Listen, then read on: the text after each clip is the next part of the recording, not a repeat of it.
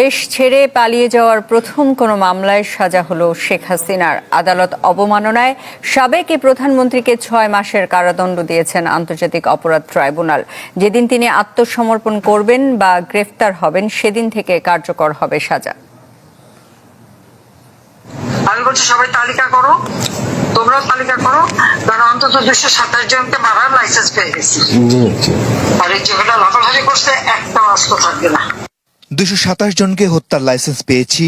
সম্প্রতি সামাজিক যোগাযোগ মাধ্যমে এমন বক্তব্য ভাইরাল হয় শেখ হাসিনার।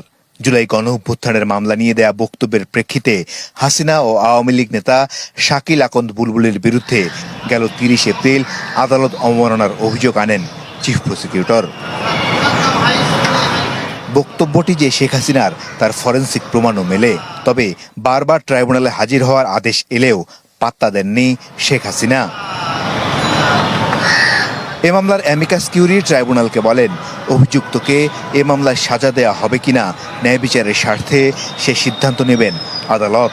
অবশ্য শেখ হাসিনার পক্ষে রাষ্ট্রের নিয়োগ দেয়া আইনজীবীর দাবি সঠিক নয় সাবেক প্রধানমন্ত্রীর বিরুদ্ধে আনা